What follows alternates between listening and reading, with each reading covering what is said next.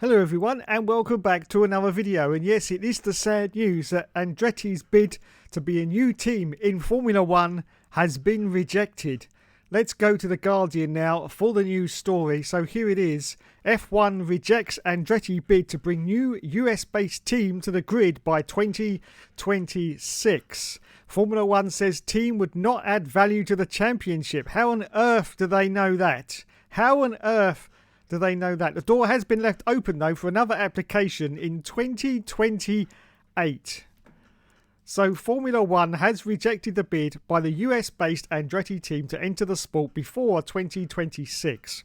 It issued an emphatic dismissal of the bid but has left the option open for another application in 2028. The team, run by the former F1 driver Michael Andretti alongside his father, the 1978 F1 world champion Mario, had been approved by the sport's governing body, the FIA, but was turned down by the commercial rights holder on the grounds that it believed the team would neither be competitive nor add any value to the championship.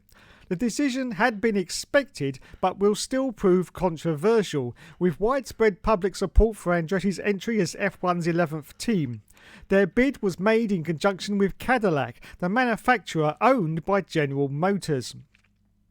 In a lengthy statement issued on Wednesday, F1 laid out the reasoning behind the rejection, but also said consideration would be given to another application for 2028, when the team would potentially have the additional weight of General Motors entering as its power unit supplier.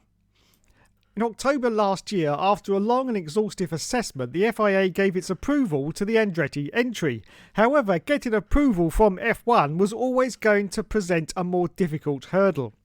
There was opposition from the existing 10 teams, concerned that the 11th would dilute their share of the sport's income without significantly improving revenue. F1's owners, Formula 1 management, have been explicit throughout that their concern was the new entrant would not add value to the sport and prove to be uncompetitive, damaging F1's reputation. As if it wasn't damaged enough already. They conducted their own in-depth commercial assessment and decided that the potential risks in accepting a new entry were not significantly offset by any additional value the team would bring.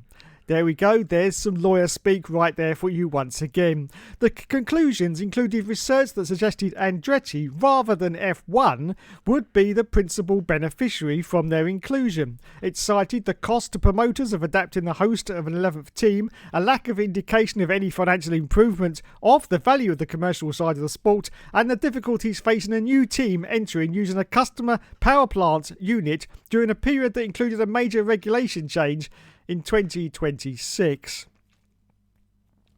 F1's ambiguous conclusion will be an enormous blow for the Andretti operation, which has already invested in staff and has been working on a potential car at 60% size in a wind tunnel. So there you go then. Andretti is not going to be entering as the 11th team. I find this absolutely crazy myself.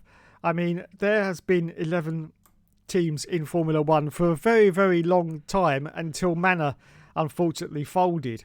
And so I can't see what the problem would be in bringing, apart from, of course, the FIA don't want it. The good old boys in Formula 1 don't want it. You know, we're talking about the Mercedes and the Ferraris, the steadfast, the established teams. They don't want another team because they're going to lose out on some of that lovely revenue. Now, I can see the argument. What they're saying is that the engine may not be up to the task, which means they could end up basically being a Minardi for the whole of the season. I can understand that, but I'm sure Andretti, with the backing of Cadillac, are not going to come out with an Edsel. I'm pretty sure that's not going to happen. Really.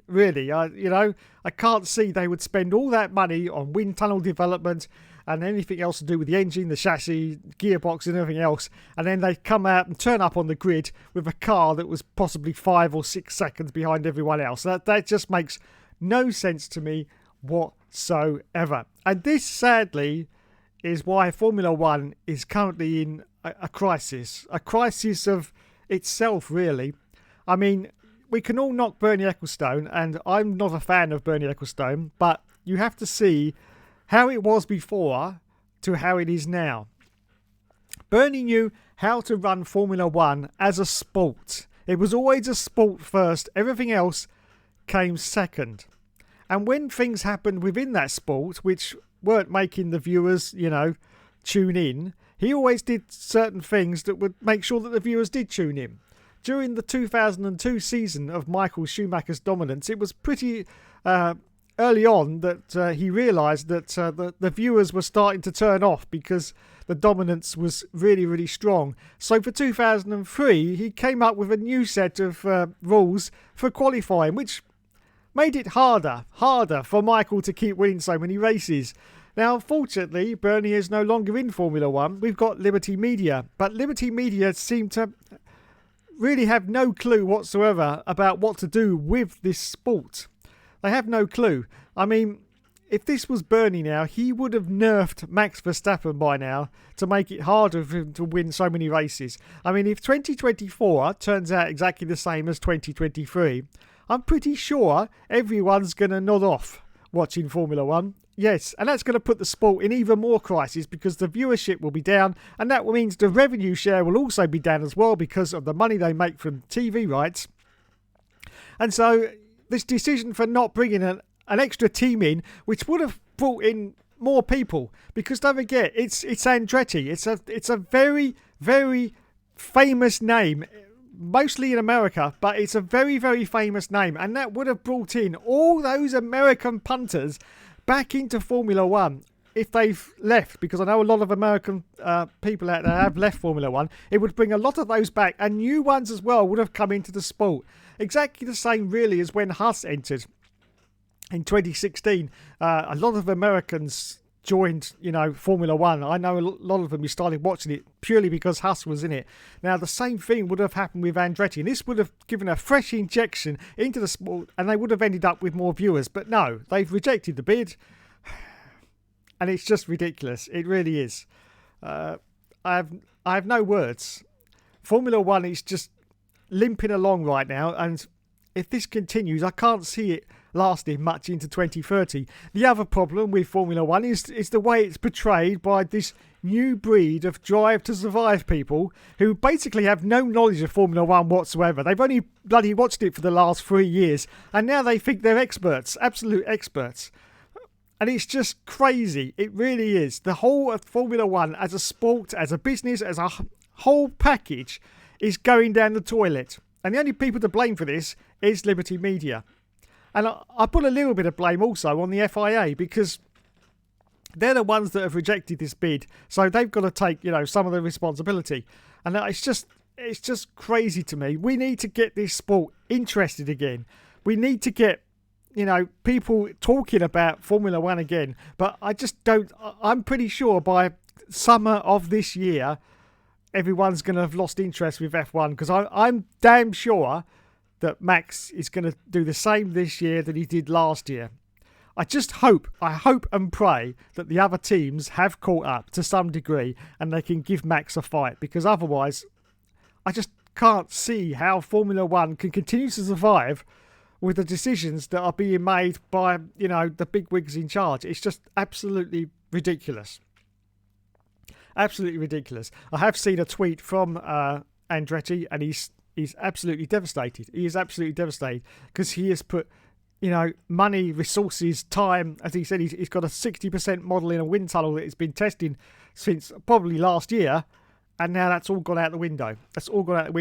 Now, clearly, we can also see the only reason that Audi got into F1 for 2026 is because they're taking over Sauber. That's the only reason. If they were coming in as a brand new team, that they would have got rejected as well. That's very, very clear. Very, very clear from what's happened today. They would have been rejected, so they wouldn't have got in either. I'll say, purely because they've taken over Sauber, that's the only reason they have been let in. And of course, the little footnote at the bottom which says, we'll think about it again in 2028. 2028 in Formula One years is like 20 years away. It really is. The pace of development in Formula One is so fast, that is just so far away. Let's face it, you got Michael and you got Mario. There's, Mario especially is not getting any younger. In another 4 years' time, potentially he may not even be here. So it's just stupid from the FIA to say, oh, we're open another 4 years. And it's funny how they're saying that, the engine might not be good enough, but they are allowing Audi to come in 2026. And Audi also have got absolutely no experience of the hybrid engine.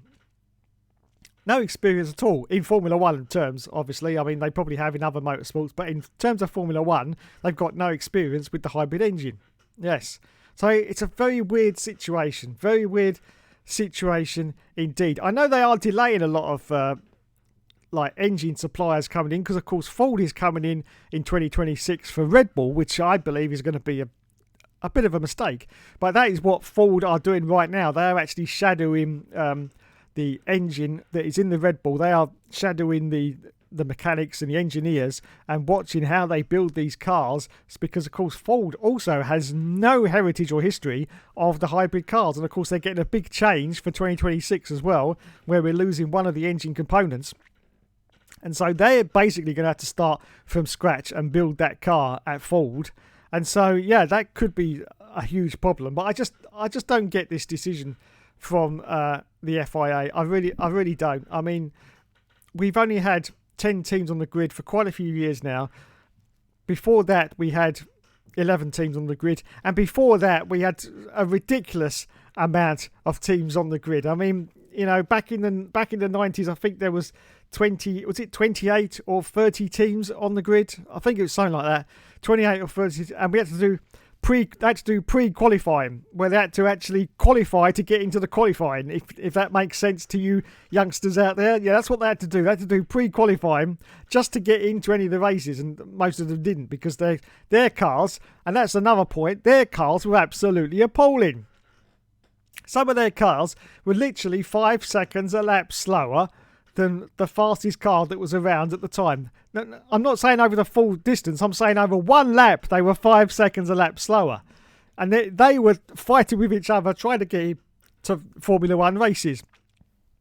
So it just seems rather silly for me, really, for them to say, oh, yeah, because the engine's not going to be good enough, we're not going to let you in. Because this has all happened in the past, and they've let, small teams in and what have you. And so I just don't get it. No, of course, once again, it's all down to money. It's all down to the big teams. I'm mostly here looking at Mercedes and Red Bull, and of course Ferrari, the three stalwarts, the ones that have been there a long time. Of course, there's others. There's Williams as well.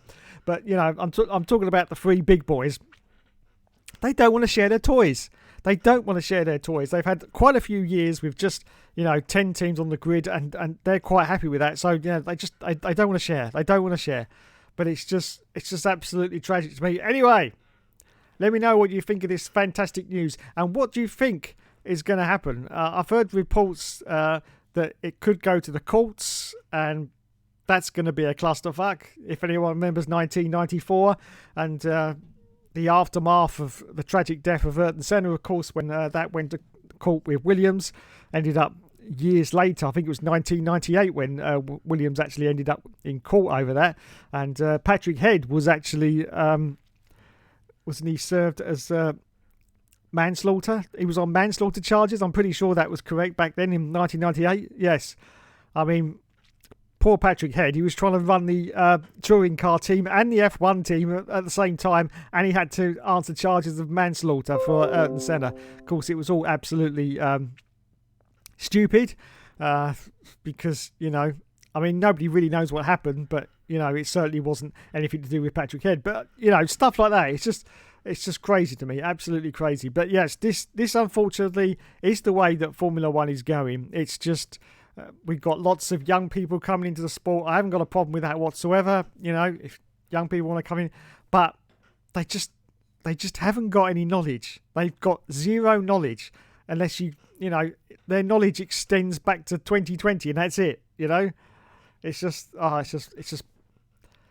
silly. It really is. Anyway, so this could go into the courts. That would be fun. That would be fun if it went to the courts. I must admit, yeah, that's going to bring Formula 1 down even more. Even more. I mean, what if Andretti puts in a bid and says, we can't do any races until this situation is settled? What happens then? They all turn up and they can't. I mean, that's going to be a disaster for Formula 1. Absolute disaster. But there we go. We will see how this pans out. Now, the backlash from this is going to be absolutely horrific.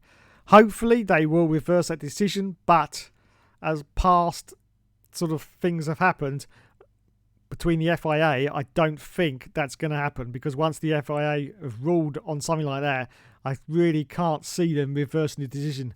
Otherwise, they wouldn't have put that little caveat of saying, oh, yeah, you can come back and have another go in 2028.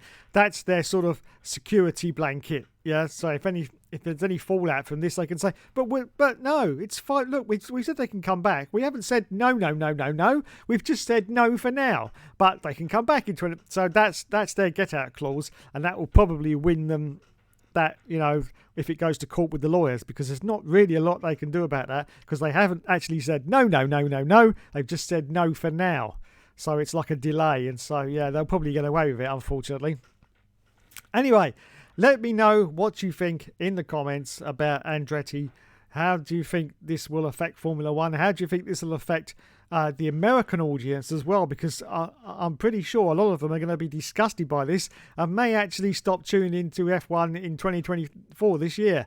So let me know what you think in the comments. Anyway, so that's it. Andretti will not be allowed to join the F1 grid in 2025 despite his bid. Thanks so much for watching, everyone. I'd just like to say, as a little footnote, thanks so much for the support on the last video. And despite what some people may think, I do not make these videos for, I'm going to use those stupid 2 words now, clout chasing. Yes, oh my God. Whoever invented those 2 words needs shooting. Yes, I do not make these videos for clout chasing. I do not make these videos for views either. I really don't give a shit whether they get views or whether they don't. I also don't give a shit whether the people that I'm taking the piss out of actually watch these videos or not. I have no interest in that whatsoever. All I do is make videos that interest me. And also because everyone is entitled to an opinion. Yes, everyone is entitled to an opinion. And at the moment in the UK, we still have free speech. So I can exercise my right to say whatever I want. If you don't agree with me, fantastic. Absolutely. This is why I make videos, so you don't agree with me. And if you don't agree with me, you let me know in the comments. You say no, and then we'll have a debate. We'll have a discussion about it. Absolutely fantastic. Because that's what I make these videos for, is for you lot out there to say, no, I don't think you're right about this. And that's fine. But please, don't come at me and personally attack me as your first statement. No, please don't do that, because that only gets me riled up, because, you know, you don't know me, so don't attack me. And, you know, I've been trying to warn these people for years and years and years about the big F1 YouTubers. They don't listen, but I will still continue to do it. I'm not saying do not interact with the big F1 YouTubers. I'm not saying that whatsoever. But what you have to understand is it's a business for them. It's their job. It's how they make their money. So for you and them, you are just a very small rung on that ladder of success, and you're pretty much down the bottom. And of course they are right at the top, because they've been doing this a very, very long time, especially like the Benjamin Dailies of this world, the Alex Gillians and all that lot. They've been doing it a very, very long time, so they know how to make money for themselves. Okay, for themselves. So I will say it to anyone again, just be careful. I'm not saying don't interact with them, but just remember, they're not really your friends. Not really. No. Anyway, that's it from me. Thanks so much for watching, everyone. You have been awesome as always. Don't forget, let me know in the comments what you think of this absolutely... Oh, I can't even say the words how I feel about this. I really can't. But anyway, thanks everyone, and I'll catch you in the next video.